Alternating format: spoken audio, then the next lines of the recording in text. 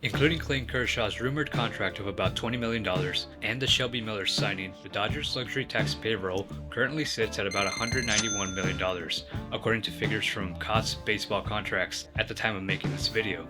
This number also includes player benefits, bonus pools, minor leaguers on the 40-man roster, and projected arbitration salaries, or as Stan Kasten likes to call it, real inside baseball economics stuff. If we're trying to stay underneath the first luxury tax threshold of $233 million, that leaves us with about $41.6 million to play with. Now, what do the Dodgers actually need to address as the winter meetings approach? Quite simply, they're looking for a shortstop, a center fielder, another pitcher or two, and maybe another bat to make up for Trey Turner's lost production. So our job today is to add these pieces with a $41.6 million budget. And for the purposes of this exercise, we'll focus on the average annual value, or AAV, of a player's salary because that's the number used when calculating the luxury tax. When I originally thought of making this video, I thought about a one-for-one swap with the Cardinals that involved Tony Gonsolin and Tommy Edman. It makes sense. The Dodgers have a young pitching surplus but need a shortstop. The Cardinals have a young infield surplus but need pitching, and good pitching at that. But as both Andrew Friedman and Stan Kasten have alluded to earlier this offseason, they're comfortable with letting the kids play. Just let the kids play. Now, they could go with Gavin Lux, who came up as a shortstop and certainly has the range and athleticism to play short, but there are concerns about his arm. And anyway, he's already providing elite defense at the keystone position. You might not want to mess with that. So instead, I want to bring your attention to one Jacob Amaya, a local kid out of West Covina with Dodger roots in his blood, as his grandfather Frank played in Brooklyn's farm system in the 1950s. Selected in the 11th round of the 2017 MLB draft, the 24-year-old Amaya now finds himself on the cusp of making the big leagues and fulfilling his grandfather's dream. And here's why. Throughout his entire minor league career, Amaya has had two standout tools: his Gold Glove caliber defense and his ability to take a walk. As Amaya puts it in this True Blue LA article, in high school I was able to figure out what pitches they were throwing me, where they'd throw it. With different situations and men on base, I would figure that out. So we're not just getting a kid with incredible plate discipline, but an incredible mind as well. This isn't your average baseball prospect. He thinks differently than the rest. He's in tune with the game and present in the moment, which is the type of player that Dodgers tend to look for. And after hitting a combined 13 home runs through his first 3 minor league seasons, Amaya has grown into his body and produced 12 and 17 homer seasons the last 2 years in the minor leagues, respectively. He actually reminds me of ALCS and World Series MVP Jeremy Pena before he went out Barry Bonds in the postseason. I think Amaya and that spectacular glove of his should get every opportunity in spring training to prove his mettle. If he can keep the walks coming and the strikeouts in check, Amaya could have a great impact on the 2023 Dodgers. Runner coming home, the tag! In time, and that's how the game will end! Unlike shortstop, there aren't a lot of outfield options available this winter, much less true center fielders, unless you count Aaron Judge. But as we know, the Dodgers will either give you the money or the years, but usually not both. So I just can't see this move happening. The same logic applies to Trey Turner. One move I can see happening though, James Outman will get an extended look in center field next season. He possesses above average speed, has good to potentially great defense in center, and he walks a lot while also launching baseballs like this.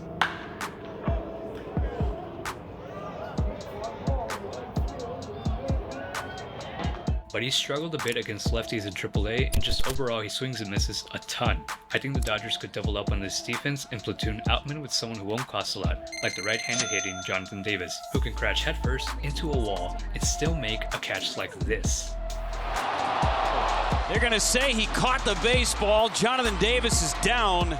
Offensively, Davis walks a fair amount and has elite speed, so in theory he and Outman can serve as table setters from the number 9 spot. But in all honesty, we're probably going to have to concede this part of the lineup, but I think that's fine. Not every spot in the order has to hit like an all-star. I mean, the Astros just won the World Series with a center fielder who barely hit above league average, but who can really play defense. And the Guardians won the Central with a center fielder who had a 65 OPS plus, meaning he was 35% below league average with the bat, but because of his speed and defense, still put up a 2-WAR season. And with the new pickoff rules in place, which I discussed in the video above, this platoon of Outman and Davis could really take advantage of that in front of Mookie Betts. But let's not get ahead of ourselves. We want them in there for their glove. Jonathan Davis racing. Knocked it out, what a catch! Jonathan Davis! Now with Outman and Amaya, plus we can't forget about the stud Miguel Vargas, this means we're relying on 30 rookies to have big 2023 seasons. That's asking for a lot. As Freeman mentioned a few weeks ago, one rookie is volatile enough. If you add a Michael Busch, for example, who is raked at every stop in the minors but with some pretty big strikeout numbers, that only compounds that volatility. In my assessment, our number one problem every postseason is that our bats go cold when it matters most. Part of that is approach, but part of that also is because our lineups are usually very top heavy. We still have about $40 million to spend. I'm going to use that money on a proven guy who can lengthen our lineup and allow our rookie bats to develop in theoretically lower pressure situations. A guy who can slot behind Will Smith in a number 4 or number 5 spot, depending on where Freddie Freeman bats, and on a left-handed hitter, because surprisingly, we're a bit short on that right now.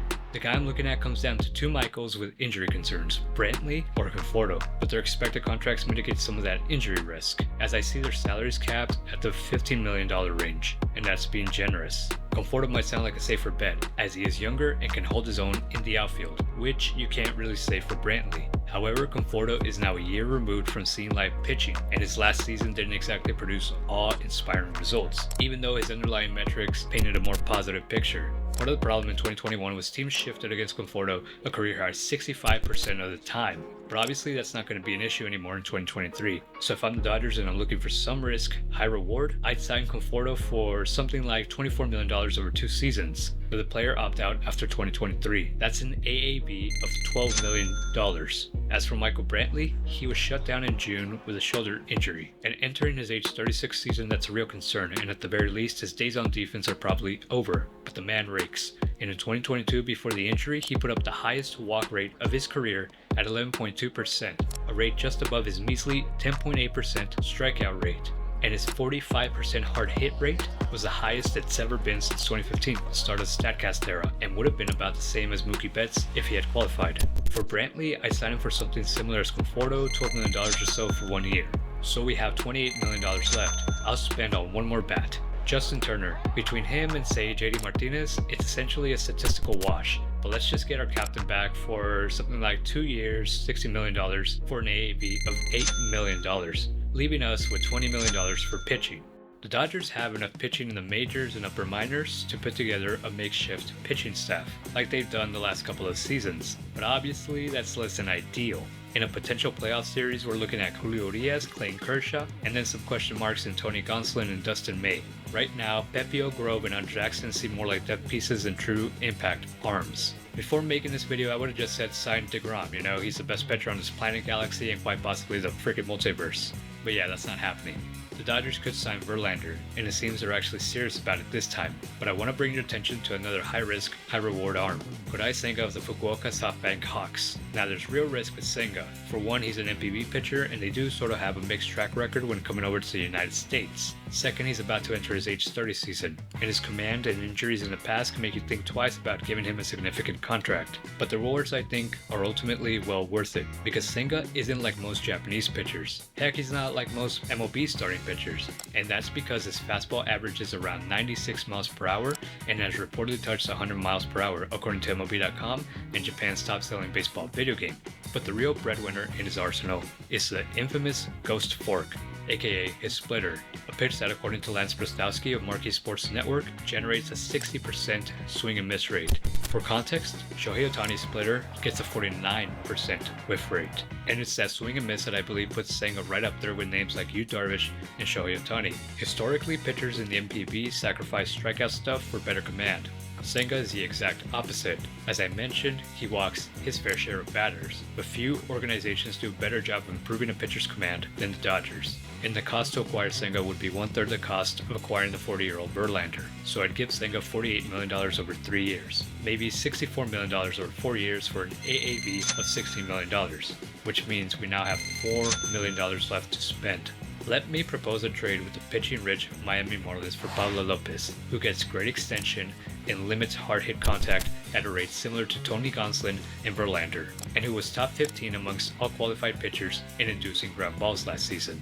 Pablo Lopez won't be a free agent until 2025, and he's only projected to make $5.25 million, a bargain for an all-star caliber pitcher, but that does increase the prospect cost. At the trade deadline, Miami reportedly asked for Gavin Lux and 3 other prospects. Obviously, the Marlins aren't getting Gavin Lux, but they do seem intent on getting Major League ready bats. We'll use baseball trade values as a guideline and send over Bush, Jose Ramos, a prospect with similar tools to Andy Pages, a lower level pitching prospect, and Trace Thompson. In Thompson's case, we'd be selling high on a soon-to-be 32-year-old with an inconsistent track record, but one who could be of greater service to Miami's anemic offense. We also reduce some of that right-handed surplus we have on the bench. In trading Bush and Thompson, we clear 2 spots on the 40-man roster that bring us to an even 40 players. And not insignificant, we also save $1.7 million of Thompson's projected salary, which brings us right up against the $233 million luxury tax, but still not over it.